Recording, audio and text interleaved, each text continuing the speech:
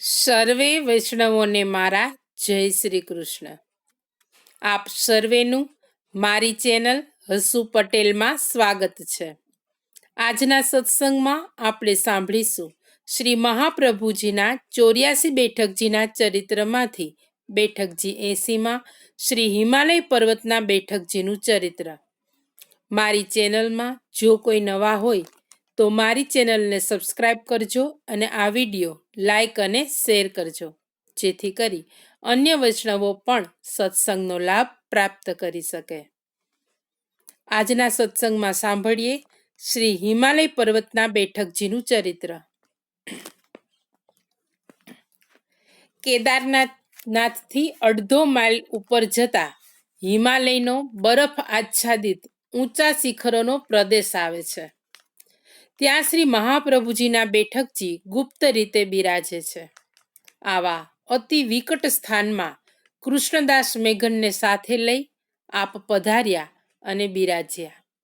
આપે કૃષ્ણદાસ મેઘનને યાજ્ઞા કરી કે અહીં શ્રીમદ ભાગવત પારાયણ કરીશું. આપની કથા સાંભળવા માટે હિમાલય પર્વત બ્રાહ્મણનું સ્વરૂપ ધારણ કરીને આવ્યા. આપ શ્રીને દંડવત કરી વિનંતી કરી કે મહારાજ, આપે કૃપા કરી મને સનાથ કર્યો છે તો મને શ્રીમદ ભાગવતનું શ્રવણ કરાવો. બીજા દિવસથી આપે સવારમાં સ્નાનાદિ નિત્ય કર્મ કરી શ્રીમદ ભાગવતનો પ્રારંભ કર્યો. હિમાલય પર્વત બ્રાહ્મણના સ્વરૂપે રોજ કથા શ્રવણ કરવા આવતા. અહીં પણ આપ શ્રીએ પોતાના ચરણારવિંદની રજથી હજારો તામસી જીવોનો ઉદ્ધાર કર્યો.